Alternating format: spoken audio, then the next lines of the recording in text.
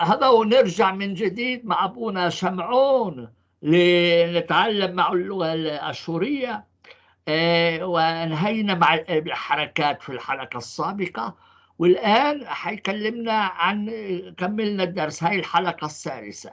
نعم. أبونا عرض لنا الكتاب هذا. أيوة راح أعرض لك شو احنا الكتاب صرنا وين هسه. احنا صرنا. عرض الكتاب.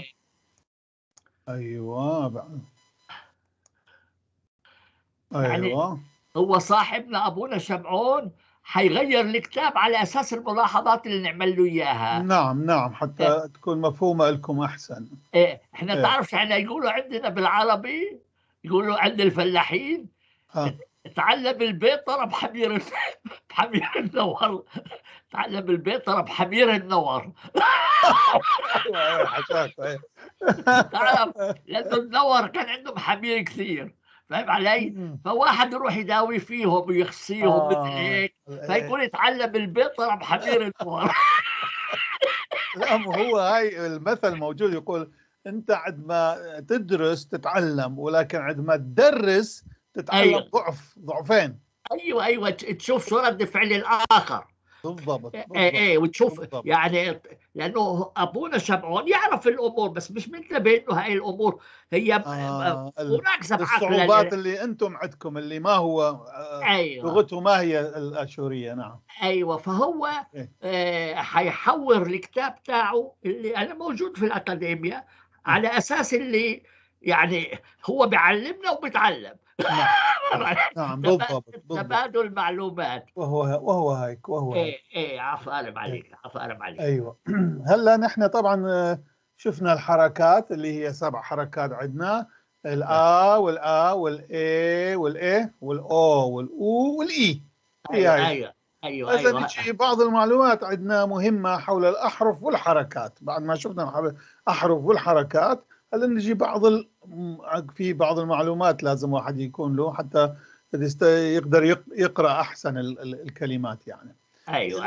أول معلومة هي حروف العلة. طبعا نجي على حروف العلة.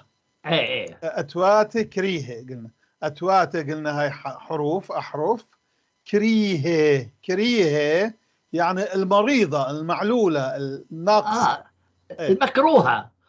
كريه هي مريضة بالضبط. كريهة هو مريض بالمعنى. كريه مريض. المعلول بعلة، بمشكلة في علة ما. مثل العربي يقول حروف العلة ما. تمام. ايوه علة لأنه علة يعني بيها علة، بيها شيء. عليل كريه. ايوه كريه. شوف الكاف ما بها اي حركة. ايوه. الراء بعدها هي حركة اي. كري. ايوه. كري. وهاء لها الزلام الطويل هي. ايوه. والالف الاخيره هاي بركه. والالف هيك هاي البركه. هاي البركه. هاي ايوه. هلا انت تقول الكلمه الاولى هي اطويطه. اتوات. ايوه اطواتي. أيوة. هل منها ابونا اجت كلمه ايه؟ لا. ايوه اتى. هي ايه اسمها اتى. واتواتي هو الجمع. ايوه جمع.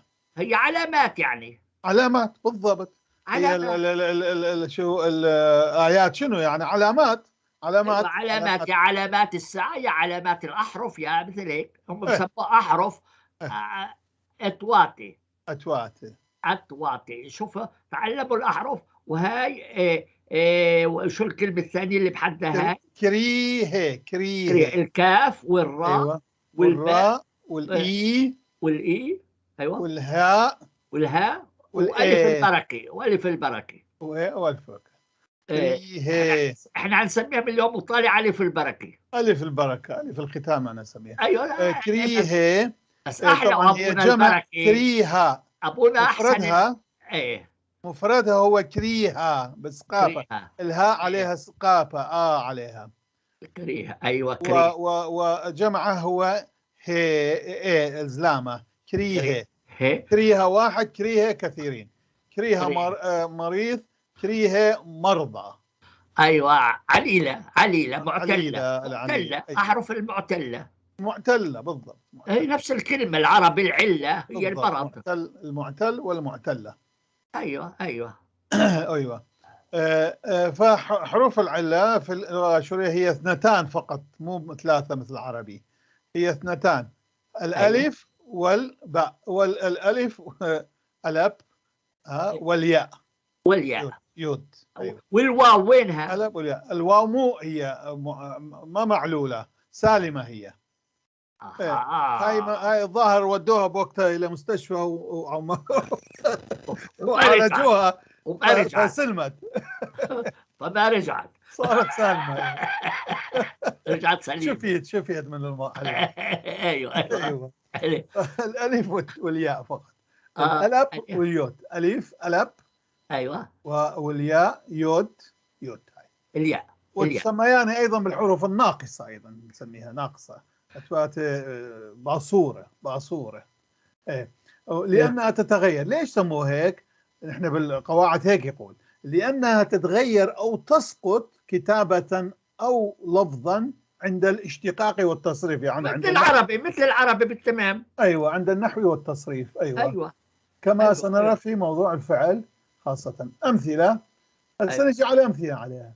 أيوة. الألف هذه طبعا حرف علة هو، وعليها الفتحة هذه أيوة. وهذه الكاف أيوة. تحت نقطة كبيرة ونقطتين صغار، شوف التصقوا مع بعضهم هوني.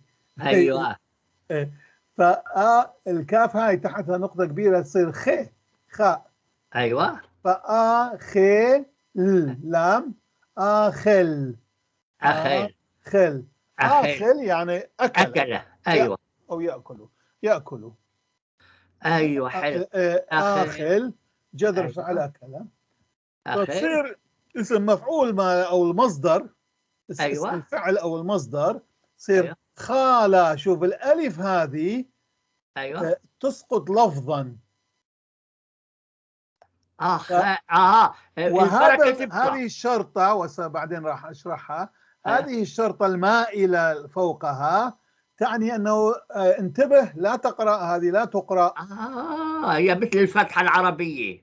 أيوة، هذه مثل الفتحة العربية ولكن لها غير وظيفة، هي أيوة. التنبيه، علامة أنه الحرف التي هي تأتي فوقه لا يلفظ. مثل عندنا نايف بالإنجليزي، كنايف نكتبها KNIFE. أيوة. لكن كي ما تلفظ. أيوة. نايف. أيوة. أيوة. ولكن نحن حتى ينبهونا اللغويين حطوا هذه الشرطة، ابتدعوا هالشيء هذا. ابتدعوا، لكن مو هي من البدع اللي ضلالة وهي في النار، مو في النار. أيوة. لا، مو هي ضلالة. ابتدعوا هذه الشرطة فوقاتها حتى نعرف أنه هذه نحن نسميها هذه ضايعة. تلقتا يعني ضايعة. هذا حرف ضايع. يعني عيد الكلمة.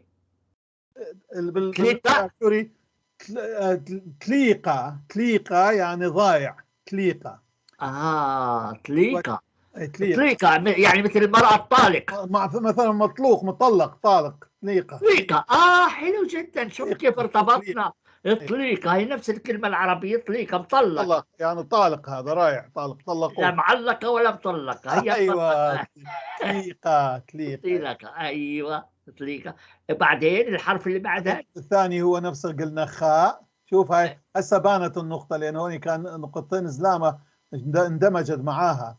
فهون صارت السقافة خاء وبعدين لا خالة. شوف آخل. أيوة. يعني تلفظ. يعني أكل.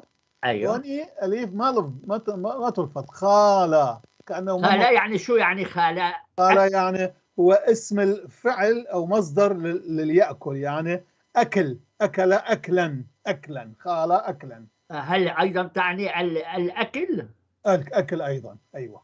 طب اكتبها جذر فعل أو اسم فعله يعني أكل.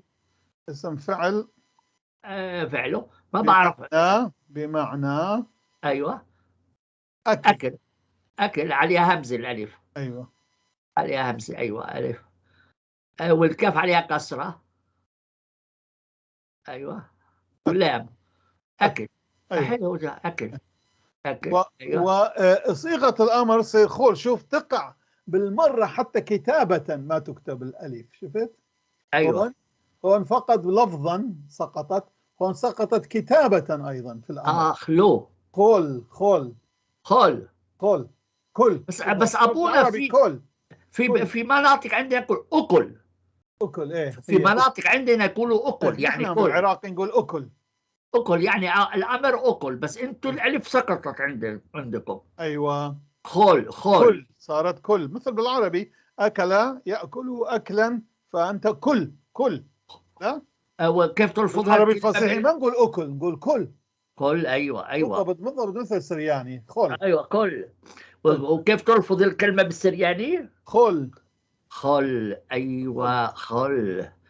ايوه فهمت. طيب منيح، هاي حلو أي جدا. اكتبها أي كل. ايوه كل. ايوه كل. ايوه ايوه اي كل. أكل. ايوه بمعنى كل، بمعنى كل. آكل. آكل. كل. بدل من اي يكتب بمعنى، ما دام انت بدات بمعنى. ايوه بمعنى هيك. يعني احنا خلينا نظبط الكتاب لينا. بمعنى طيب كل، أيوة خلي يكون هاي. ايوه ايوه والثاني شوف الياء، مثل ايوه على الياء قلنا فقط حرفين هم العلة، ألف ايوه والياء. هسه نجي ايوه على الياء. يا يوت عليها فتحة طويلة. يا ايوه تاو تاء عليها تحتها كسرة طويلة. يا تاو. بعدين ايوه هذه بيث ايوه تحتها نقطة كبيرة فتصير تلفظ واو. يا تو. يا تو. يا تو ممكن تلفظ يا تب. يا تو، لكن يا تو. يا تو ايوه جذر فعل جلس. يا تو. هل ايضا يعني وضع ابونا؟ نعم. هل يا يعني لا، وضع متو. طيب خلينا على جلسه، لان كان عندي فكره بحكيها بس. يا هلا تو ماشي. يتو. جذر فعل يت. جلس. هي شوف مش هون با نفس يطب، الشيء. مش يطب يطف. لا يتو. يا تو ايوه. واو. يا تو الباء تلفظ واو لما عندها نقطه. نقطة كبيرة صح يتو. تحت. بس هلا ابونا السؤال، نعم هل لم تكن سابقا هي في مقابل الفي؟ نعم سابقا كنا نلفظها يا تف، ياتب. بس طبعا شوية ثقيلة على أساس اللفظ. ابونا احنا يا بالعبري تف. فقط ملاحظه، احنا نقول سامي الذيب، مش أيوة هيك؟ زي بالذال بالباء بالاخير. أيوة بالعبري زئف بالفاء. صح بالضبط. إيه في شوف عندهم باقي هاي البي. في، نحن كانت في هذه بس اليوم وهي يا تو. وي الوي والوي والفي هي قريبه. أيوة وي وفي. بالضبط. ايوه حلو جدا، شكرا ترى. فمعناها جلس. وهذه طبعا المصدر أو اسم الفعل، فهو شو نفس الشيء مثل ما الألاف أليف أيضا هذه تنطلق تطلق يعني ايوه تلقتها تصير تلقتها ف لأن هاي الشرطة فوقاتها ما تلفظ، تكتب ولكن لا تلفظ. ايوه تصير تاء هسه عليها صارت اسقاطها تا. طابع. الواء البيت الفي صار عليها ايضا اسقاط فتحه طويله. تاوى. تاوا. ايوه ياتو تاوى. ايوه يجلس ايوه جلوسا. ايوه ايوه. بعدين ابونا عندي فكره. آه. النبي طوبي، شو بسموه بالعربي بالفرنسي؟ طوبي. طوبيه. طوبيه ايوه. هل هي بنفس الكلمه هاي طوبه؟ لا هي بالطاء، الطاء مو اها. بالتاو. الطاء هاي بالتاء، ايوه بالتاء، ايوه الطاء فاهم عليك. بالتاء الطاء ايوه بالتاء طاء بالتاء طاء ايوه. طوبة اذا جايه من طوة طوبية طوبة يعني مطوبة. هالطوبة بالعربي ايضا طوبة لمن يكون هيك طوبة يا يا لسعده يا بس طوبة. هنا بالطوبه بالتاء بالتاء. الطاء هذه تاء. تاء والطاء تمام.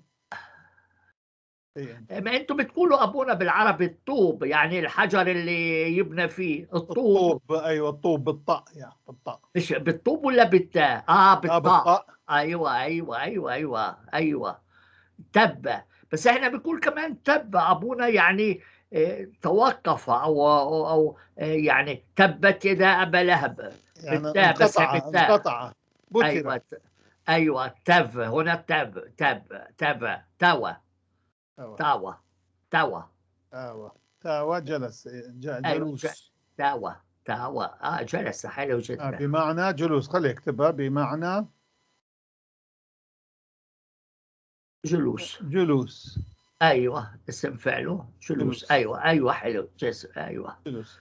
ايوه والامر في الامر شفت نفس الشيء، سقطت حتى كتابة. هي هاي لهذا نسميها علة، لانه هيك هي بها العلة هذه، هالمرض هذا. ايوه يعني مش ثابته على ناقصة، هي حال. مش ثابتة، هي يعني ايوه مش معلوله. ثابتة. ايوه تتغير في فتصير شو تاء هالمرة وراها هي حركة او تو، وبعدها الباء الصايرة الواو بدون حركة ساكن تو توب ياتي وتاوى توب يعني اجلس. اجلس. ايوه بمعنى اجلس. صيغة بمعنى صيغة الامر بعد الامر. ايوه بمعنى اجلس. بمعنى اجلس توب. اجلس. ايوه عفارم عليك. هسه شوف صار ايوه آه. اكثر واضحة مثلا.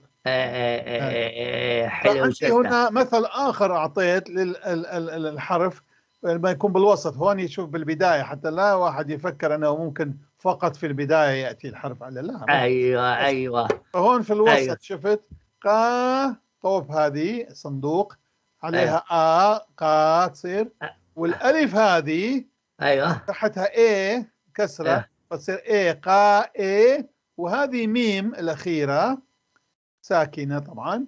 ايوه قائم يعني يقوم. فعل قامة. قائم. يقوم. فعل جذر قامة. قامة. أيوة جذر قائم. القامة. ايوه واسم المفعول منه شوف تصير قيامة. قيام. فالألف تحولت إلى يود. أيضا إحدى علامات المرض تاعتها، العلة تاعتها. ايوه تحولت إلى ياء. القاف هي ساكنة ما فيها ما حركة. مع ميم عليها. شو هاي الميم صار ميم الوسطية. والالف الاخيره تاعت ألف البركة. ألف البركه. ايوه فاسم اسم فعله بمعنى القيام. وبمعنى معنى اوف حطيت ايدي. بمعنى قيام. القيام. ايوه قيام. ايوه وبعدين في صيغة الأمر شوف تسقط الياء، تنتهي، ما في حتى بالوسط. شوف هذه هنا صارت ياء، هنا انتهى، غابت، راحت، طلقت. ايوه طلقت. ضاعت. حتى بالكتابة فتصير قم. قاف هاي او هاي مثل تو قائم قم بصيغة الأمر بمعنى قوم. قم بالضبط مثل العربي. بمعنى قم. ايوه بمعنى قم. قم ضمي على معنى قاف عليها ضمي والميم عليها سكون. قم. ايوه هو صيغة الأمر قم يا هذا قم. ايوه قم. هم عندهم قوم، هم مش قم. انتوا عندكم قوم مش قم. يعني هي تحولت إلى واو. نعم في العربي تحول الضمة هاي صارت إلى واو قوم. بس هي هل هي يعني الواو طويلة أم قصيرة؟ هي قصيرة قوم. قوم قصيرة. هي قصيرة هون. أيوة مش قوم. هي قوم. لا قوم هذيك لما نصير تحت هالنقطة، هاي نقطة أيوة قوم. أيوة قوم. حلو جدا. حلو جدا. هي أحرف العلة. أيوة حلو جدا. هاي أحرف علة الاثنين. هاي مهم جدا. وهاي هو تطبيقها كيف أنه أيوة حلو. حلو. حرف العلة اثنين، اي بسيطة. أي. بعدين عندنا المعلومة الثانية والملاحظة الثانية على الأحرف هي حرف العين. أيوة. هذه أنا قلت لك مرة أنه في شوية عندنا مشكلة عندنا أيوة. باللفظ. أيوة. حرف أيوة. العين مليح واحد يعرفه من هسه، بعدين راح تجي كثير مرات راح أعيد هذه لما ناخذ الكلمات، ولكن أيوة. حلوة أنه يكتب بالبداية أن يكون واحد أيوة. معلومة. فحرف العين عليه بعض الملاحظات، مو واحدة. في اللغة الآشورية المعاصرة حرف العين يلفظ عادة كهمزة مضخمة. يمكن أيضا مفخمة، يكون مفخم ما أعرف. مضخمة، منيحة، مضخمة هي. أيوة ضخم. تلفظ مو يعني ما تلفظ من الحنجرة ولكن من سقف الفم ما هم الغربيين ما يعرفوش يرفضوا العين، يرفضوا عين. بدل ما يقولوا عيد ولكن بيقولوا احنا عيد. نضخمها. ايد بيقولوا عيد بيقولوا ايد. ايوه بس نحن أيوة. نضخمها حتى حتى شويه تفرق عن الهمزه. بس اصلا هي كانت تلفظ عين ولا لا؟ نعم هي تلفظ الى هسه لما نقرا بالقديم نرفع عين نلفظ.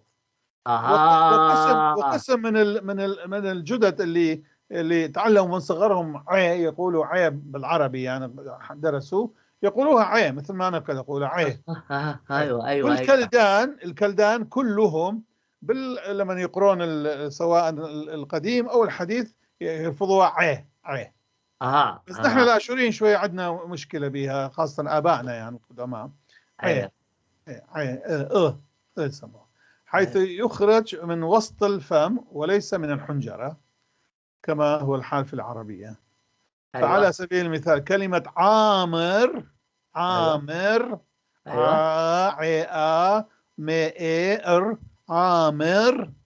والتي تعني يسكن. عامر يعني عمرة. بالقرآن دائما عمرة كثير، عمرة مساجد الله من يعمر عامر. فاحنا بنقول مستعمرات نفس الشيء. مستعمرة. فعامر نلفظها نحن كآمر. آمر. مثل الغربيين ما يعرفوا يقولوا عمر، يقولوا عمر. بالضبط نفس عمر. ما يقدروا يقولوا عثمان، يقولوا عثمان. نفس المشكلة يعني. هذول مثل تقول الاشوريين المعاصرين هذول تفرنجوا. لا بالعكس المعاصرين يعرفون يعملوها، بس القدماء ما كانوا يعرفون. كيف؟ يعني لا الوسطيين، ما نقول القدماء الوسطيين. بس انت ابونا لما بتتكلم هلا في بيتك تلفظ العين ولا نحن نلفظها. ايوه يعني انا اسمي سامي عوض، ما بتلفظ عوض. حتى الضاء ما عندنا ضاد. دال تكون عوض. يا معود يا معود. هاي ملاحظة أولى عنها. هاي حلوة. طيب الملاحظة هي عندك سؤال؟ لا أوكي كمل. نروح على الملاحظة الثانية حول العين. عندما تأتي العين ساكنة، يعني ما ساكنة متحركة كان، لا تلفظ بل تؤدي إلى تضخيم الحروف التي تسبقها والتي تليها. شايف؟ هاي طبعا كلها بالكلام باللفظ يعني. مثلا إذا على سبيل المثال كلمة عدانة هاي عدانة كلمة. ما نلفظها عدانة، نلفظها ضانة. شوف عين ما نلفظها، لكن الدال والنون تتضخم. ضانة، ما نقول دانا، ضانة. كأنه ضاد. ايوه التضخيم. التضخيم. ايوه ضانة التي تعني الوقت. ايوه عدانة. هو بالقديم عدانة هذه يكون لها زلامة تحتها عين، زلامة قصير، فالباء الحرف اللي بعده متحرك يتشدد تصير نقراها عدانة عدانة. القديم هسه مثلا بالمزامير لما نقرأ أو بالشتة هي عدانة. ايوه ايوه ايوه ضانة. ايوه. اما اليوم لا تلفظ الضانة. ضانة أيوة ضانة. احنا بنقول يا ضناي. أيوة ضانة. شوف مثلا يا ضانة ضناي. ضانة بتضخيم ضانة. الدال والنون. ايوه ايوه. كذلك كلمة مارع. شوف مارع. مارع تمام. هي مارع ميم عليها والراء عليها اي طويلة تحتها والعين مارع. ما نلفظها أيوة. مارع ولكن أيوة. نلفظها ماري. ماري. الميم تصير ماري. ضخمة والراء ضخمة. وشو تعني هاي عين الكلمة؟ عين ما نلفظها. شو بالعربي معنى الكلمة هاي؟ ما أعرف. شو معناتها هاي الكلمة؟ ماري تعني يمرض يمرض. ماري. ماري. شوف مرض. أبونا يا ريت أبونا إنه بعد الكلمة السرياني تكتب معناها بالعربي. ايوه كاتبها يمرض. لا هنا بالأولى ساكنة على سبيل المثال كلمة دانا. ما أعطيتنا عنوان معناها بالسرياني. تعني الوقت. آه هي خلي تحت وقت. تعني الوقت، التي تعني الوقت. أيوة أيوة. ونقرأها واو أنا خليك ونقرأها. طب أبونا تعرف شو أنا أقترح عليك؟ بدل ما تقول التي تعني تحطها بين قوسين الوقت. تصير أيوة أقصر. أيوة. لأنه أنا ما انتبهت لها صحيح الوقت. إما بين يكون قوسين أو خط تحت خط أو شيء. لا حطها بين قوسين. بين قوسين راح أحطها بين بين قوسين. راح أعملها هذه راح أعملها بعدين لأنه أيوة بعدين نقراها دانا بتضخيم الدال. نقراها دانا بتضخيم الدال والنون يعني ضانا مو دانا. لأنه إذا قال كتبناها دانا بدون عين ليش أيوة. نحن ما نلغي العين؟ لأن إذا لغيناها دانا لكن نلفظها دانا مو ضخمة لكن اعتيادية. دانا. دانا ودانا تعني فرت يعني اشتك بالألماني اشتك. أيوة أيوة قطعة. فرد. العربي ما نحن بالعراق نقول قطعة. فرد واحد. فرد انطيني فرد اثنين. فرد اثنين يعني فردين شيء يعني شو نعمل قطعة. قطعة أو قطعة يعني اشتك. أيوة قطعة. أيوة دانا. دانا. أيوة أيوة. خادانا يعني فرد واحد بالعربي العراقي فرد واحد. أيوة فرد. أما خادانا يعني أيوة. فرد وقت ما. انت كيف تلفظها هاي الكلمة؟ ضانا. شوف ضخمتها الدال والنون. ضانا يعني ضانا. وقت. ضانا مثل ضانا ايوه الفارسيين. مثل بالفارسي الفارس. ضانا. ضانا ايوه. ضانا. ولكن دانا يعني فرد ستوكي قطعة. في تمثيليات لغوار الدوشي الطوشي او قاتل. اوه. ايه هو كثير هم عندهم سوريين ما اعرف لهجة عندهم هيك يضخموها. ايوه ضانا شنو شنو هذا. شنو هذا. ايوه ضانا. هيدا شو. ايوه هيدا شو. ايوه بالضبط شايف. ايوه فاهم عليك. هم اخذوها من السرياني ربما. ايه. شوف كذلك وكذلك كلمة مارع قلنا نسميه ماري. مارع. العين ما تصير يعني مثل يمرض تقرأ الفاء. ماري. ما ماري. تلفظ ماري. ايوه مارع والذي ماري. تعني يمرض. ماري. ماري يمرض. مارع بدل مارع ماري. ماري. ايوه. لا ما نطولها ماري. هاي ماري. على فكرة جبت مليح انه عملت شو اسمه هالملاحظة. بالآشوري ما ايوه. عندنا أقسام. كيف. ما في. المقاطع كلها نفس الوزن.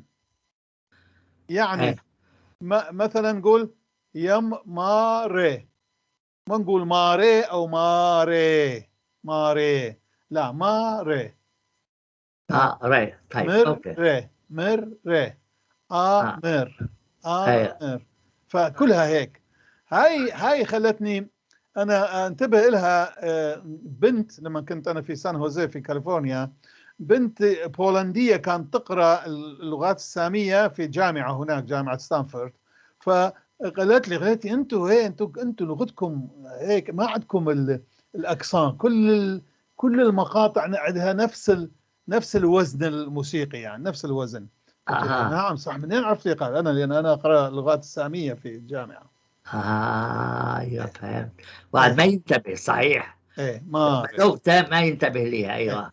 هلا في قسم من الكلدان لما يطولوها، بس هذه اظن تاثير شوف اللغات الاخرى صارت عليهم، لانه كان ماري. بس قديما ابونا انتوا اكيد كنتوا تكتبوها مارع.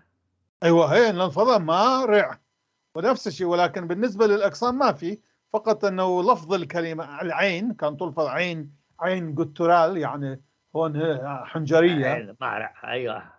ايه مارع. البشطه لما انت تقرا البشطه القديمه لا تقرا لازم. بالعين. ايوه لازم اقول مارع. لمن اقرا نص قديم لازم اقول مارع.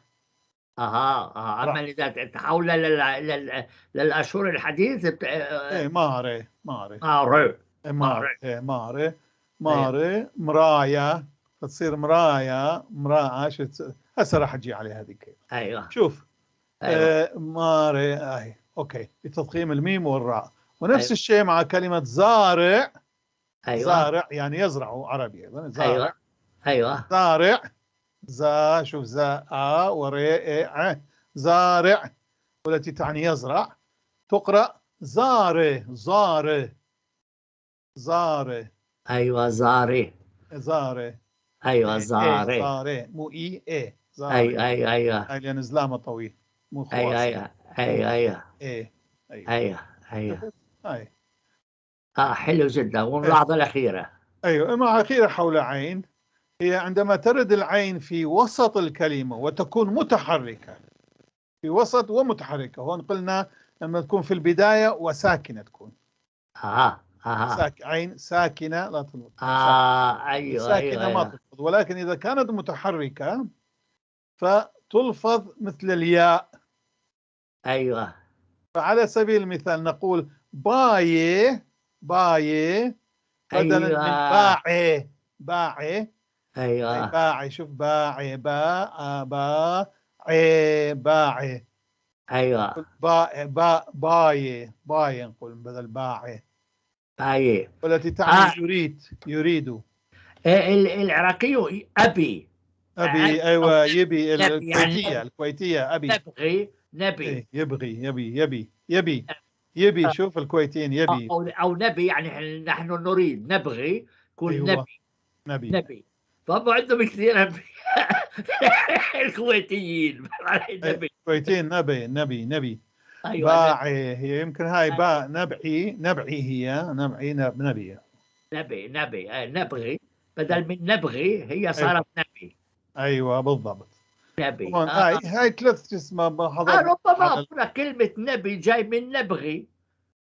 النبي يعني بجوز لها علاقة مع هذا، لأنه هو يريد النبي. ايوه ممكن، او ممكن من النبأ أو نبع أو نبأ او نبأ. اي نبأ. ايوه نبأ. أو أنا أعتبرها مقلوبة أبونا النبأ. لأنه كان دور الأنبياء هم يؤنبوا الرؤساء. بالضبط. أيوة يؤنبوا الملوك والرؤساء والهاي. أيوة مثل ناتان مع داود. صح. مش هيك؟ أيوة صموئيل مع هذا الأخ شاؤول. أيوة فيؤنبوا. يؤنبهم فأنا أقول إنه هي إيليا مع هذا الأخ رحاب وغيره وهي. أيوة فأنا اعتبرت إنه النبي هي قلب من النبأ. أو أنا اعتبرتها إنه أنا هلا تكلمت مع واحد يفهم مصري يقرأ الفرعوني القديم، اللغة الفرعونية القديمة يقرأها. هو يعني متخصص فرعون. فالنبي عندهم معناتها السيد. السيد النبي فرعون معناته السيد الرئيس. سيد فرعون يعني. السيد ايوه، عندنا مار. ايوه، مارا مثل بهذا المعنى. يعني هو اسم فخري، اسم فخري. السيد مثل السيد المسيح، ايوه. مثل ايه السيد. ولهيك انا قربت من كلمه الناب. سن الناب هو اكبر سن في حلق الانسان، مش هيك؟ الناب نعم لان نعم. هو يعض، مش هيك؟ صح. اطول نبا. من بقية الاسنان. نعم. اقول نبا ينبو، مش هيك؟ نبا ينبو يعني يعلو، مش هيك؟ صح. شوف بالسرياني هي نويا بيا. ايوه نبيا بيا. ايوه ايوه نويا، والبيت تلفظ واو نويا، يصير نويا. ايوه. لان انا حلمي مره اكتب كتاب عن نبأ. فكره الانبياء في التاريخ. اها. فمن وين جت كلمه النبي؟ أمم. فاهم علي؟ طيب منيح. هاي تعلمنا هذول الاحرف. طيب. ايوه، هسه نجي الملاحظة الاخرى او المعلومة الاخرى ثالثا، هي مسألة التقاء الساكنين. هذا ما يهم الأحرف والحركات. ايوه الأحرف إلى الآن كنا في الأحرف، بعدين نجي على الحركات. ايوه التقاء الساكنين عندنا. ايوه هاي ايوه بالعربي موجودة. عندما يأتي حرفان ساكنان متتاليان في الكلمة تطبق عليهما القواعد التالية. ألف، القاعدة الأولى ألف، إذا كان الحرف الساكن الثاني منهما أحد هذه الأحرف: عين، ميم، لام، يود، لا، نون، واو، هي، ريش، ألف. إذا كان من هذه الحروف، وهذه الحروف التي تجمع في الكلمتين حتى واحد لا ينساها: عملي نهرة. شوف، عين، ميم، لام، يا، نون، واو، هي، راء، ألف. إذا كانت هذه أحد هالحروف الكلمة الحرف الثاني الساكن، والتي تعني عملي نهرة، تعني فعلة النور. ايوه عملي نهرة، نعطي كسرة خفيفة للحرف الأول. إذا كان الثاني من هالحروف، فالأول يأخذ كسرة خفيفة لفظا لا كتابة، وننهي المقطع عند الحرف الثاني. المقطع ينتهي عند الحرف الثاني، يعني نعجل هذه، ما نخلي حركة، لأن لو حطينا حركة عليه الحرف الأول فراح ينتهي شو اسمه عنده، يعني راح ينتهي، راح يكون هناك حركة، فيكون حركتين عند ذلك بالمقطع، وهذا غير ممكن، راح نشوفها بعدين. قصدي المهم الآن نعرف هذه. إذا حرفين ساكنين، الثاني إذا كان أحد هذه الحروف، فنلفظ الحرف الأول الساكن، نعطيه كسرة خفيفة، وننهي المقطع هذا ينتهي عند الحرف الثاني. على سبيل المثال، يمكن المثال أكثر يوضح. كلمة مدن خ، مدن، ما قلنا مدن. ايوه ونقف هون وخا مدن. شوف، ميم عليها فتحة، شفت فتحة قصيرة أيضا، ايوه مدن. بعدين ايوه خي، وتعني المشرق. مدن خا. ايوه من جذر دنخ أو دنح بالقديم. دنخ يعني أشرق، الظهر، دنخ. لهذا نسميه عيد الدنح، نسميه. عربناه نحن من السرياني، عندنا الدنح يعني عيد العماد أو الغطاس يسموه بالعربي. ايوه عيد عماد المسيح نسميه عيد الدنح. ايوه ليش عيد الدنحة؟ لأنه ذاك اليوم المسيح أشرق كمخلص، يعني عرف لمن قال له يوحنا المعمدان وعمده: هذا هو الحمل الذي يحمل خطايا العالم، هو ذا الحمل الذي ايوه هو هذا، يعني ذاك عرف للناس، قدم، كان هو المخلص المنتظر. يعني تجلى، بالضبط، يتجلى. ايوه فالمشرق، هناك تتجلى الشمس، تشرق من المشرق، ايوه مدن خا مشرق، ايوه دنخ أشرق. ايوه أي. بعدين فإذا شفت مدن، نعطي كسرة بسيطة باللفظ مدن خا، بعدين ولكن ما نخلي حركة الكسرة. إذا حطينا شو ايوه تصير؟ فتصير هون ما مدن تصير مدن. ايوه فيصير هذه مو مقطع واحد لكن مقطعين. تمام؟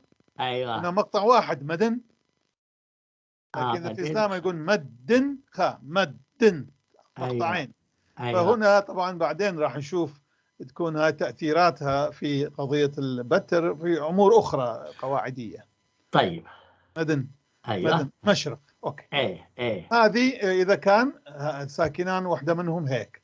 لكن إذا ما كان، أما في حالة كون الحرف الساكن الثاني من غير الأحرف التسع المذكورة أعلاه، أي عملي نهرة عين ميم لام يود نون واو هاء راء أليف، من غير هالأحرف هذه، فعندها ننهي المقطع الأول به بالأول، ونبدأ المقطع الثاني بالحرف الآخر. فمثلا نقول جر، شوف أنا فصلتهم هاي، جر بيا، هاي الحرف الساكن الثاني ينفصل عن الأول يجي للمقطع الثاني بيا جر بيا. ايوه وما فيش عليها ولا حركه. جر ايوه بيا. يعني هنا كان لازم تحط سكون بالعربي. ايوه هو سكون. بس شوفوني انتم ما انا عندكم ما سكون. كملت العفو، هون ما كملت ملاحظه اخرى. من اجل الفات النظر حول انه هذه لازم نعطي كسره خفيفه وننهي المقطع بالحرف الثاني. من اجل الفات النظر الى هذا الشيء، يعني لذلك يوضع خط صغير افقي تحت الحرف الساكن الثاني، والذي هو نون في هالحاله. نون هذه شوف مدن مثل هيك الحرف. شرطة قصيرة تحت مدن، حتى تعرف أنه هذه هذه هي هيك مدن خا. وهذا الخط يدعى مهجيانة.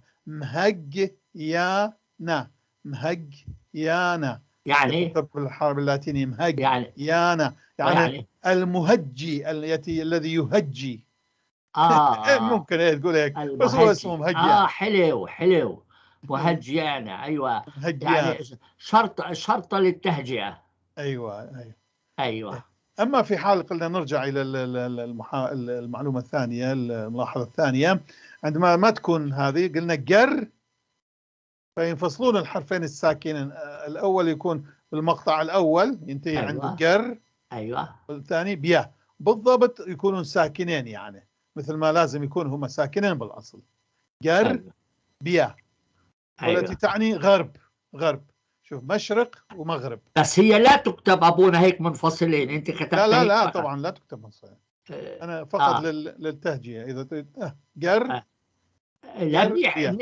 ايوه جربيا. ايوه بالعربي جر. شوف سكون على الاثنيناتهم. جر بيا مو بيا. يا جربيا. ايوه والتي تعني غرب او المغرب. غربيا. غرب. جرب. غربيا. ايوه اوكي. وللفات النظر يوضع خط صغير افقي. افقي فوق مو تحت. هون تحت هون فوق الحرف الساكن الثاني، أي هكذا. جر بيا.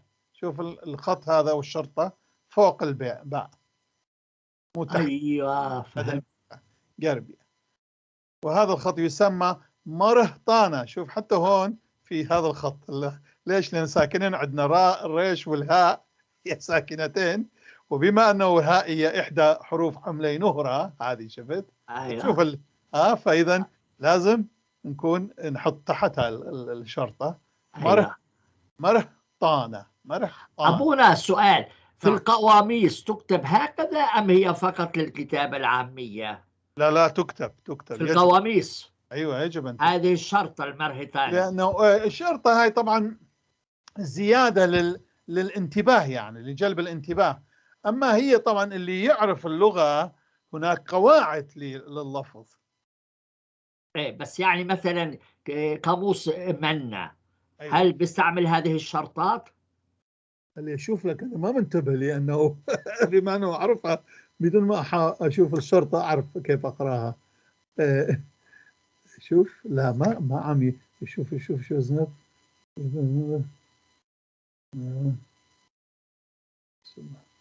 أبد ما انتبهت أنا لهذا الشيء، لأنه أنا نفسي بين إذا أكو شيء ما خلي أشوف كلمة مدنخة. نخ، هاي ملاحظة حلوة، هاي سؤال جميل، سؤال جميل، سؤال اللي أنا ما يخطر أبد على بالي، لأنه متعود على هاي. بالضبط. حلو حلو حلو حلو حلو حلو، ملاحظة في محلها.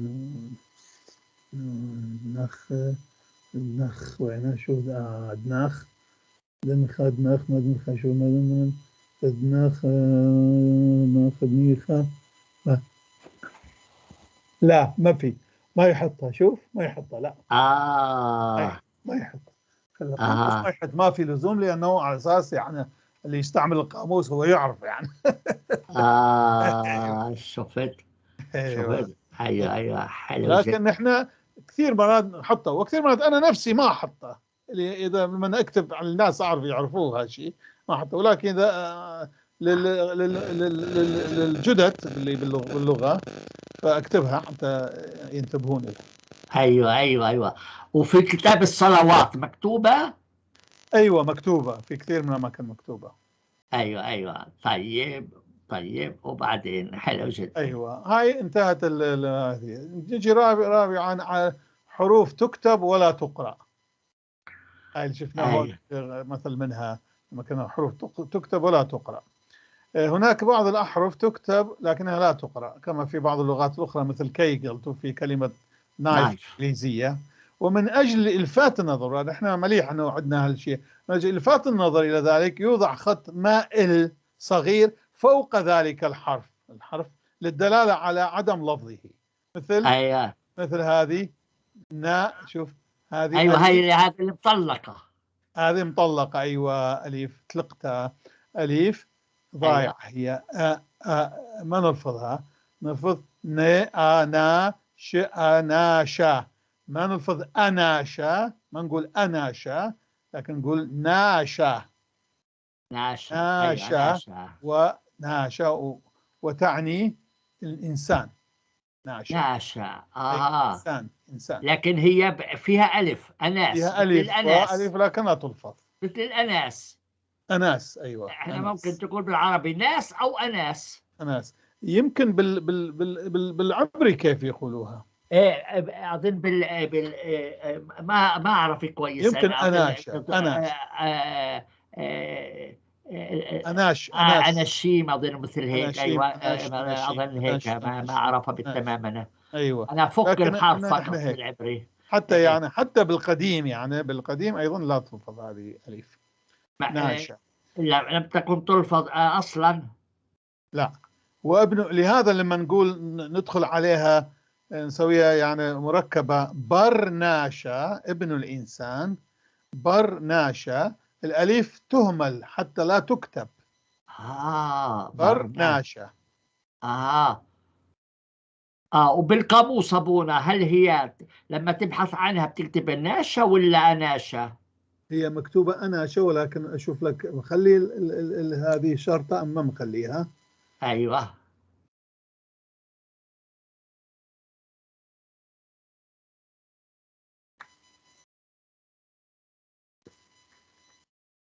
أيوة.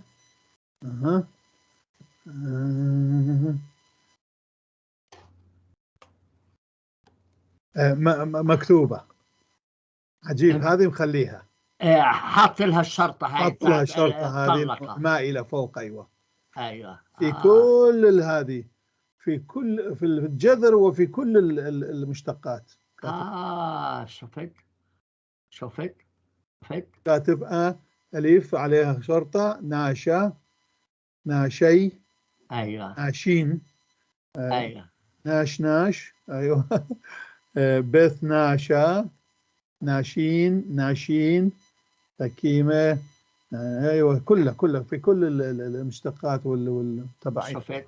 حلو جدا. هاي مخليها. حلو جدا. أيوة يهمل الأليف التي في بدايتها نقول ناشا. والكلمة تعني إنسان مثل ما قلت قبل شوي. إذا هي الألف كل مرة أجت في بداية الكلمة تهمل، لا ولا إمتى؟ لا لا لا لا لا، إلا إذا كان عليها الشرطة هذه المائلة. إلا إذا كان ماشي. عليها ولا عامة تقرأ الكلمة تقرأ. الحرف. نعم، إذا كان لها حركة خاصة، إذا كانت حركة تقرأ. أيوة تقرأ. أيوة لكن إذا جت ساكنة لا تقرأ أكيد. أيوة. وللدلالة على ذلك هو الخط المائل فوق. إذا كانت ساكنة لا لا تقرأ. لا تلفظ. هاي أيوة. كان لازم وأنتم ما هيك عندكم حرف ساكنة، يعني الساكن عندكم هو بلا حركة. بلا حركة. نعم، إذا ما عنده لأنه حركة يعني معناه ساكن هو. أيوة، إحنا بالعربي وعندنا بحطوا عليها بالنسبة لنا السكون، كل علامة الحروف هي السكون. ساكنة إلا إذا أتت عليها حركة. لهذا نقول الحروف الساكنة والحروف المتحركة. أيوة أيوة أيوة كونسونانت حتى باللاتيني كونسونانت، كونسونانتس، أيوة يعني ساكنة هي هذه، أيوة ما لها حركة. أيوة أيوة. بالعربي يحطوا عليها علامة السكون. علامة السكون هو نحن نحط عليها الشرطة هذه. لا لا، علامة السكون لا، يعني هي تلفظ لكن لا تحرك. نعم نعم نعم، لا تحرك. أنقل أيوه ألف نون، بس على النون في عليها علامة السكون المدورة هاي. أيوه أيوه أيوه، نعم نعم، هذا اللي لأنه يعني. ما لها شو اسمه حركة. أيوة، يعني احنا ما في مسافة عندنا أخرى. حرف بلا حركة. أيوه، كل الأحرف عندنا حرف بلا العربية. حركة هو ساكن. ipso facto بذات انتوا الفعل هو ساكن. انتوا يعني اختصرتوا الطريق. بذات الفعل طبعا. لا، لأنه منطقيا أستاذ سامي إذا ما عنده حركة شلون تحركه؟ هو ساكن. ايه، ما بعرف العادة، احنا بالعربي حطوا لها منطقيا سكون. بالعربي زيادة للهاي إلفات النظر، مثل ما عندنا نحن هون في هلا مشاكل ايوه ايوه ايوه إلفاتا ايوه للنظر يحطوها السكون. لذلك ما ايوه. يستعملوا كثير مرات السكون، ما نستعملها ولكن نعرف نساكن. ليك يعني انت لما بتكتب المقالات العربية ما عارف ايش لا لا، ولا لما حركة. تكتب إنسان ما تكتب فوق النون سكون، لا ما تكتب لا، إنسان. حتى كل مقالات الصحف ما فيش فيها اي حركات. ما فيها. أيوة ما في. ايوه، نعم ما فيها كلها حركات. كلها أيوة كلها اهملت الحركات. صح تكتب. واللي ما يعرف عربي ما يعرف يقرأ. صح، لهذا يقولون أنا مقال يقول هذول العرب بس يكتبون الكونسونانت، ما عندهم فاولز. كان يقول لي ايوه واحد. ايوه ايوه ايوه ايوه ايوه. ما تعرف تقرا الا اذا تعرف. لا. ايوه ايوه وهي لا. مشكلة حقيقة، مشكلة أستاذ سامي هذه، يعني نقيصة هذه ترى، ايوه ايوه. نقيصة. يعني وأنا يعني بعدين أحكي لك شوف مشاكل اللي تصير عندنا بالعراق، مع أظن في كل دول العربية، حول الأسامي. ايوه ايوه خاصة أسامي غير العربية. الأسامي ايوه ايوه العربية المشهورة الشائعة أوكي واحد، ولكن في عندنا أيضا أسامي عربية غير شائعة، فكثير مشاكل تصير. بعدين لازم محكمة، ولازم حتى تصلحها بالدائرة النفوذ، بالسجل النفوذ وبدفتر النفوذ، ومشكلة مشاكل. ايوه يعني ايوه أنا أخي كان ويليام، اسمه ويليام، ما كان ايوه حله حطوا الياء ولم، قالوا هو ولم. يابا أنا اسمي ويليام مو ولم. لما جاء اسمه على الخدمة العسكرية كان انجبر يروح لبغداد. ذاك الوقت كان نفوس فقط في دائرة نفوس بغداد، يروح بغداد ويحط مصاريف كثيرة، مصاري حتى إيش، حتى يقدرون، ومحكمة بعدين، وهذه حتى يغيرون هذه شو اسمه ايوه ايوه ايوه هذه ايوه ويليام يسووا ولم. ايوه ايوه ايوه ايوه ايوه ايوه ايوه أختي ايوه. أيضا تريزية كان كتبوها التوتيرية. تريزية ايوه صارت توتيرية. ايه. ف جاء انا كلها تريزيه، يعني بالابتدائي والمتوسط والثانوي معروف تريزيه، وبالجامعه عندما جدتي تزوجت جالي ختاني، قال لي في مره، قال لي هاي انا ردت حطها باسمي، يعني تزوجوا بالمحكمه قالوا هاي اسمها شوف طلع توتيريه، قال هاي مو مرتك، هاي اسمها تريزيه، هنا توتيريه اسمها. بس قال شو التوتيريا؟ فقال لي هيك. قلت له زين. انا قمت رحت الى كركوك، نحن سجلنا، انا كنت ذاك الوقت في دوق، رحت الى كركوك الى دائره النفوس نسميها نحن. ايوه ايوه ايوه رحت ايوه هناك، دخلت بالمكتب، المكان اللي هاي بالسجلات، وهذه كان قاعه هيك قاعدين 8 كتاب. إيه. اوف. قلت لهم هيك انا وهي رقم سجل، وديت بطاقه النفوذ سميها، هاي ايدنتيتيت، ماكو هاي مكتوب هناك سجل، رقم السجل يعني ورقم الصفحه بالهذا مليحه مكتوب بها. فقلت شوف هذه اختي، هاي السجل، هاي الصفحه اسمها كاتبيه غلط، هي اسم تريزيه. قام جاب السجل كبير، هو كثير كبير، جابه فتحه هذه، قال ايه قلت شوف، قلت له، قال ايه هاي، قلت له غلط. قال شلون غلط؟ قلت له شوف تعرف شو صار هون؟ قلت له انا شوف التاء والراء، الراء تري، الياء اللي بعد الراء باليد مكتوبه، نقطه الزاء جت شويه لليمين، كانت طويله، صار مسوي هذا الكاتب، فصارت تاء الياء. والحروف الياء عملوها قالوا هاي لازم في ركزه هوني، هي تي، صارت تو تي، بعدين ري وياء وتاء القصيره، تو تي ريه. صار الراء الاولى تري ري صارت مثل واو، كان هيك شويه راسها كان هيك صار مدور او كبير، فلفظوا اللي جاء نقل من السجل الاصلي الى البطاقه، عملها تو راء قراها واو. لأنه الحقيقة الراء والواو والزاء بالعربية جدا تختلط، قريب على بعض، تختلط مع بعض، والتاء والنون أيضا تختلط، والفاء والقاف أيضا تختلط. فأنا قلت لهم هيك هذه شفت، قلت شوف شو قلت هناك في دائرة النفوس، وكان طبعا إرادة جسارة، وأنا كنت فما كنت أتجاسر كثير مرات، بس بعدين بصورة يعني هيك حلوة أسويها. قلت شوف مع الأسف اللغة العربية لغة عظيمة وعميقة وواسعة وكلش عظيمة، ولكن الكتابة العربية ركيكة جدا. هيك كلهم هذول ثمانهم عيونهم هيك فغرت علي، كيف تقول هيك؟ قلت له نعم، وهذا أكبر برهان، لأنه الحروف هذه كثير تتشابه تتداخل. فقلت علواء نحن نسميها ليت، نحن بالعراق نسميها علواء له كل الكتاب النفوس يدخلوهم دورة يكتبون اللاتيني، يعرفون يكتبون بالحروف اللاتينية، حتى يكتبون مقابل الأسماء العربية بالحروف اللاتينية. ذاك الوقت ما راح يصير هالالتباس هذا. ايوه صحيح. قالوا لي يا معود استاذ انت، نحن عربي، يلا نقدر ندبرها، تدبر لاتيني؟ يا استاذ نحن العربي ما نقدر لاتيني. قلت له هاي مشكله، هاي المشكله. صحيح. الكتابه العربيه ركيكه جدا. انا ابونا اوقات المحاكم هنا تبعت لي نصوص عربيه مكتوبه باليد، اترجمها للفرنسي. يا معود شو تقراها؟ هذا جيب مكبر اكبر 50 مره. شفت كثير. لا هي ركيكه جدا، هي مستحيل، يعني مستحيل المستحيلات. هنا المشكله لما بتكتب بالخط اليدوي، يعني منيح انه في آلات طابعة، والا بخرب بيتنا. صحيح بالضبط. الكتابة باليد مصيبة كبرى، مصيبة كبرى. وقلت لك انا لما رحت اعمل ختم بمصر، اسمي سامي الذيب، سامي ما حطوا نقطتين تحت الياء.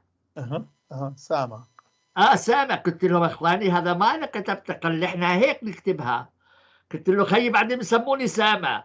ايوه. قال له ما احنا وعملوها من حديد، تعرف يعملوا الختم من حديد. قال له حنعمل شو؟ قلت له شو عمل لك انت غيره؟ راح عمل ختم جديد. شفت مصيبة فعلا. والقرآن المصري أبونا أخذ بهذه القاعدة أن في كثير كلمات ما فيش فيها نقطتين على الياء.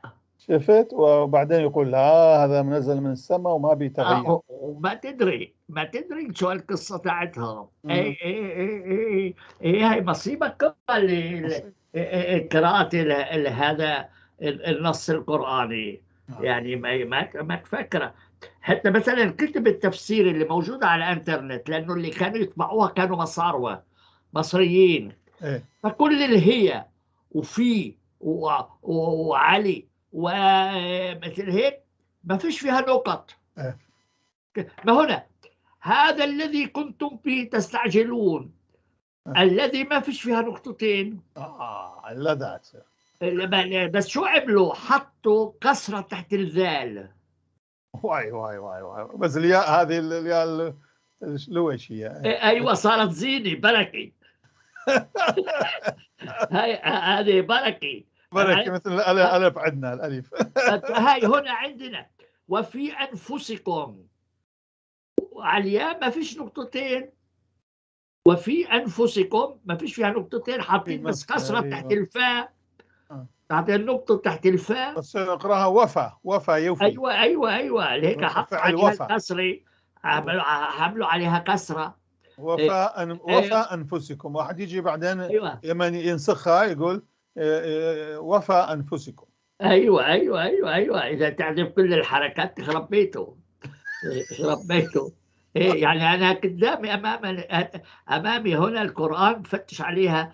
يعني مثلا بأي الياء ما عليهاش نقطتين أبونا، بأي حط عليها كسرة وعليها شدة، بأي يعني بأي لا، ما معقول الحكي كل هذا. لأنه هاي كتابة مصرية، يعني أنت تعرف القرآن مين طبعه. إذا طبعوه المصاروي تعرفوا حالا بسبب هاي الحركات. وين هذا؟ على كل يعني فقط مشان توضيح كلام أبونا. نعم. المشكلة مع الحركات هذول. أوكي. نرجع لنا. فهذا هو اللي احنا عندنا هاي شرطة المائلة حتى لا نلفظ الحرف هذا. وهذا يسمى هذا متلقانة. يعني متلقانة يعني مطلق، يعني يضيع. المطلق الذي يطلق. متلقانة اسم الفاعل هو الامتال. هيك طلق ربما معناها من هنا طلق ضيع. أيوة ضيع امرأته. وهيك أبونا. أيوة أضاعها قصدا. هو طلاقة. أيوة طلاق. ضيعها. لا أبونا كان عندنا مشكلة كبيرة، إني أنا لما ترجمتها بالفرنسي ريبيدياسيون، طلاق، احتجوا علي مسلمين، قالوا له ما يصير في الكتاب تاعي تكتب. قال له كيف اسمها هيك بالفرنسي ريبيدياسيون؟ قال له لا أستاذنا، هذا طلاق مثل أنت بتطلق العصفور، يعني تفتح القفص بطير. واي قال له يعني هاي أول مرة أسمعها هذه. قال له يعني أكتب لما الرجل بطير مرته.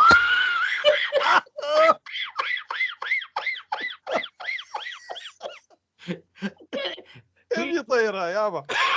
طيارة لو أجنحة كيف؟ أنت تقول عندكم لك طير، مش هيك افتح القفص ولك طير وشو مفتوح القفص. انت طايرة طيرة 3 مرات. وكانت لجنة ضد معاداة السامية ومعاداة العنصرية، رفع علينا دعوة بسبب كلمة ريبيدياسيون. صاروا يضحكوا، قال له يعني شو نفتح؟ قال افتح القفص وطير العصفور. قلت له يعني تكتبها له. الله خير. فهنا وضحت لي انت شو معنى طلاق. طلاق يعني هو اهمل. ديفورس يعني ديفورس. ايوه لا بس بالمعنى كلمه طلق معناته اهمل، مش هيك ولا؟ أيوة. العبري بالسرياني. نعم. ضيع. أيوة. يعني الطلاق يعني تضييع المرأة. أيوة. فأنا ما تعرف العاد شو معنى كلمة طلاق. إذا الطلاق هي مو من العربية، جاي من السرياني. حتى يعني شو اسمه أستاذ سامي، هاي هم مليح ذكرتني بالاشوري الكتابي او القديم يعني، او السرياني القديم. هذه بالطاء تكتب بالضبط، مو بالتاء. بالحديث بالهذه المعاصر بالتاء ولكن بالهذه بالضبط بالطاء. أيوة. مطلقانة يعني هي نفس كلمة الطلاق. بالضبط طلق مرته يعني ضيعها. ضيعها. أيوة طلق يعني ضيع. أيوة. لأنه تطليق المرأة بالسرياني ما يقولوا طلق. طالق أو طلق يعني ضاع. بس بالعربي هي طلق معناته ضيع. أيوة. طب هي أول مرة أتعلمها أنا. طلق بالضبط. أنت لاحظت هذا الأمر إنه طلاق يعني تضييع؟ أيوة بالسرياني هيك. بس أنت انتبهت إنه كلمة العربي طلاق يعني هي أصلها سرياني ويعني تضييع المرأة؟ لا قلت يمكن هذه غير اسمها، عندها جذر خاص لها معه. لا، هلا اكتشفتها، أنا أول مرة اكتشفها. اكتشفنا شوف هذه ممكن هي تفيد أيضا في هذه ممكن تحطها في الهوامش بالكتابة. أيوة الكتاب تاعي. اكتب عندك ملاحظة. أيوة طلق معناته هو ضيع. طلق بالسرياني. طلق يعني. ايوه انا هكتب عندي الملاحظه هاي. طلق معناته ايوه طلق يساوي ضيع سريانيا. ايوه ضيع. لما تجي انت اكتبها بالهوامش طلق. أيوة. وانا بعدين حتى اكتبها بالحروف السريانيه. ايوه حلو جدا. اكتشاف جديد لنا. شوف كثير امور يعني بعد يعني واحد لو يمكن يهتم كثير اكثر، ينتبه اكثر، يشوف كثير كلمات هيك يعني. ايوه هي وش تسوي يعني. ايوه بقانا استاذ بس هذه شو اسمه حتى نخلص اظن كافي هذه. بقانا هالملاحظه الخامسه والمعلومه الخامسه حول الحركه. الى الان كلها كانت هاي ملاحظات حول الاحرف. حول الحركه عندنا فقط ملاحظه واحده، هي حركه الفتحه بتاخه وحركه الكسره القصيره. اسلام كريه، لان اثنيناتهم قصيرات، هذه فتحه قصيره وهذه بتاخة. يعني بتاخة هي قلنا أنه فتحة قصيرة. وزلامة قصير هو زلامة قصير يعني كسرة قصيرة. هاتين الحركتين عندما تسبقان، شوف هاي مهمة، تسبقان حرفا متحركا تؤديان إلى مضاعفته. هاي الشدة. أيوة أي أنه يصبح مشددا. على سبيل المثال شوف القاف هون. شوفها القاف عليها فتاخة مو سقافة، مو وبعدها تاو عليها سقافة تا، فتصير قتا، ما تصير قاتا إنما قتا. لو كان حطينا سقافة نقطتين فوق القاف كان تصير قاتا. تصير قتا. شوف كتبتها قتا. أيوة السكون. إذا عندما تسبق عن حرفا أيوة يعني الكسرة والفتحة القصيرتين تضاعف الحرف اللي بعدها. أيوة وأظن هو نفس القاعدة العبرية هيك. بس هم بحطوا نقطة. لا يعني ما نحط ولا شيء، هي لازم يعرفها. لهذا قلت لك عندنا كان كثير جدال حول هذه البتاخة على أساس نشيلها، بس بعدين قال إذا نشيلها نسويها بس طويلة، فإذا لازم نكتب تاوين هون، نكتب تاو أخرى، تاو ساكنة يعني هيك. شوف بس خليه أشوف لك إياه. عملها السرياني. شوف كان لازم نكتب هيك. العفو هيك. أيوة نكتب هذه نسويها هيك. هكا يعني هي هيك أصلها قد تا. احنا بالعربي بنحط الشدة وبالسرياني وبالعبري بحطوا نقطة. نحن بالسرياني لا شدة ولا نقطة، ولكن بدل السقافة السابق نعملها بثاخ هيك. ايوه فهمت المشكلة تاعتكم فعلا. بس أنا أرى العبري والعربي أكثر منطقيا. لأنه كيف الواحد يعرف إنه هاي إنها بتضاعف الحرف اللي بعدها؟ لأنه تشوف حركة الحرف اللي قبلها. طيب إذا كان نقطة فوق نقطة تحت فمعناها هذه مشددة اللي بعدها. إذا كان نقطتين فوقها لا هذه ما مشددة. طب اقرأ لي هاي الكلمة اللي أنت قاعد. قد تا. قتة، شوف العربية. وشو يعني؟ وتعني يدة، يدة الشيء، يدة. شو يعني يدة؟ يدة المعون، يدة الدست، يدة المنشار. يد مش يدة. احنا يدة نسميه لا احنا بالعربي ما تسمى يد، يعني يد هي هذا ايد، يد. ما هو احنا بنسميه ايد المنشار. ايه بنحكي ايد بالعربي المنشار. الفصيح يد المنشار. لا او ايد الفاس. ممسك، يسموه ممسك. او ايد الفاس. او ممسك الفاس. احنا ما بنقول يد. لانه اذا تقول ايد، شلون ايد يعني؟ نحن ما نستعمل، اذا قلنا ايد يعني معناه ايد، يد يعني يد. ما هو ايدها، هي ايدها. لا، نحن نميز، نتقتى شيء بس ويد شيء. احنا عمرنا ما نستعمل هاي الكلمة العربية، ما عمرنا ما سمعتها انا. نحن بالعراقي دائما هاي ما نقول ايد، ايد للايد، ايد. طب يد. اكتب هنا بين قوسين او مقبض. مقبض، ايوه مقبض، صح. احنا لا احنا خلي اكتبها احنا مقبض احسن. او احنا لانه هاي بنسميه عراقيه هاي. احنا بنسميه عصا الفاس. مشان لانه الفاس. واذا كان من حديد شلون سموه؟ هو العصا ممكن تكون من جميع احنا عندنا. فاظن مقبض هو بالضبط مقبض. يعني مقبض او ايد مقبض. الفاس. ما بعرف.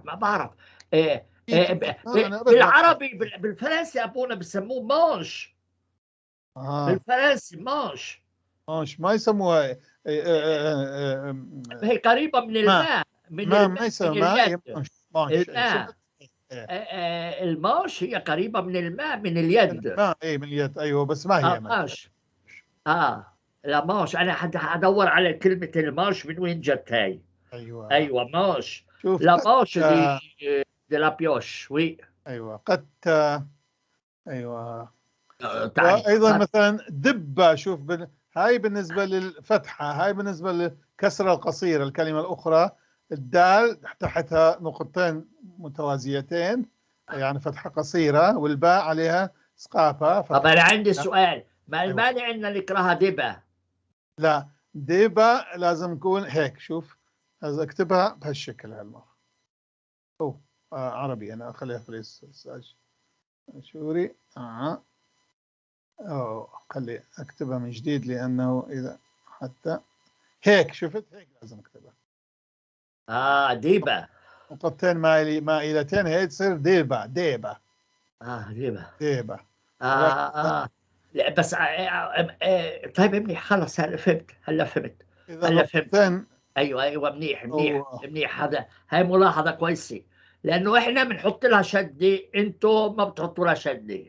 لا، والعبر يحطوا هي نقطة. هاي شفت حركة الفتحة او كسرة قصيرة. ايوه هذه فتحة، وهذه ايوه مثال للكسرة القصيرة. ايوه تصير دبة معناها دب، ايضا دب. ايوه. دبة. وهذه طبعا تفرق عن ديوة. عندنا ديوة، بس نخلي ألف بعد الدال، والكسرة طويلة نكتب للدال، والباء تصير واو نحط نقطة. ديوة معناها وحش، أو حتى تعني معناه أيوة وحش. الوحش، أيوة وحش. ديوة وحش، أو أيضا الجن. جن. جن. ديوة. حلو. فتفرق عن هذه دبة وديوة. حلو جدا. الدب هو الوحش. أيوة دبة، وتعني دب أي أن التاء والباء تشددتا. التاء في الأولى قد، وفي الثانية باء في الدبة تشددتا. لماذا؟ لأنه سبقها حركة فتحة وحركة زلامة قصير. أبونا عندي إذا هنا ملاحظة. نعم. بعد ما تشددتا حط نقطة. في اللغة الآشورية لا يوجد علامة للشدة. واعلم. لا واعلم.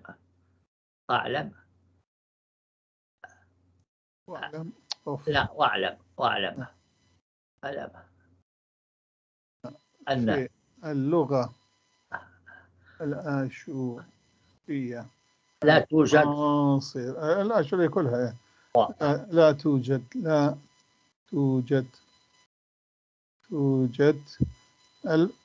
الشدة، علامة للشدة. أيوة علامة للشدة.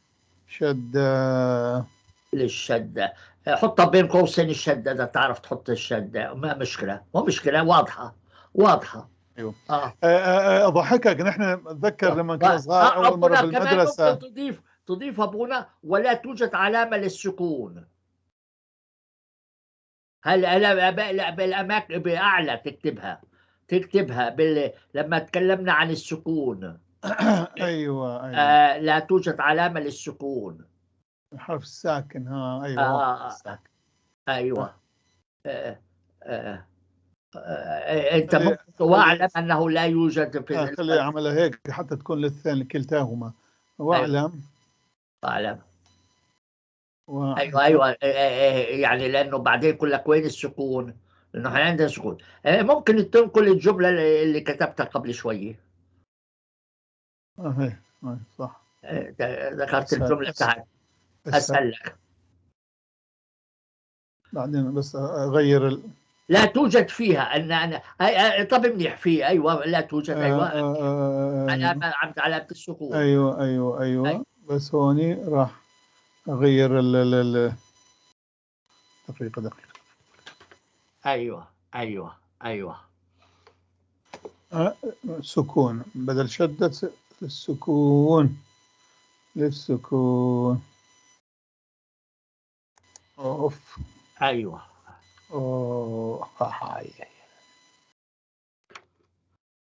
وعلم في لازم علامة للسكون. أوكي. حلو. أيوة. شكرا على هالملاحظة. حلو. أيوة. أوكي. فإذا هسه في الحلقة القادمة إن شاء الله ناخذ المقطع والكلمة شوية نحكي عنها. أيوة. وبعدين نخلص على كلنا يخلص الفصل هذا. إذا تريد الآن نسويه إذا خلصنا. لا يكفي اثنين. أيوه. كفي اثنين. بعدين نثقل عليك أنت. أوكي. نثقل عليك أنت. إن كان حبيبك من عسل لا تلحسه كله. نعم. شكرا. أيوة. بهذا نكون قد خلصنا من الحروف والحركات. حلو جدا. وهي مهمة جدا. أبونا أنا شاكر فضلك، وأرجو من المشاهدين يشتركوا في القناة وفعلوا الجرس. هذه الحلقات إذن حتكون على قناتي.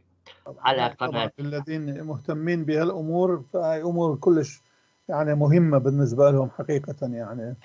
تمام. وما راح يشوفوها إلا في كتب كثيرة لازم يقرون حتى يتواصلون، ونحن هون نلخصها كلها لهم نكثفها. كثر خيرك أبونا، كثر خيرك. أبونا إذن بعدين نتفق عن موعد آخر. نعم. حلقة أو تحب نحدد إنه كل يوم فلاني نعرف إنه من دون ما سؤال ولا جواب تعرف. إذا تريد اليوم نحن في الاثنين، تريد الأربعاء. نقول يوم الاثنين ويوم الخميس.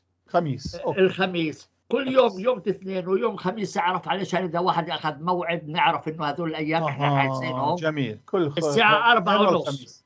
ايوه بالاسبوع. اوكي. ايوه. وهيك يعني يقطع الاسبوع كويس. جميل. 4:30. نعم موافق. اوكي. 2 والخميس. حلو. يوم الخميس اذا نلتقي على خير ان شاء الله. ابونا تصبح على خير. رب تصبح على خير. اشكرك. كنت بألف خير. شكرا لك. للقاء أبونا. إلى اللقاء. سلام.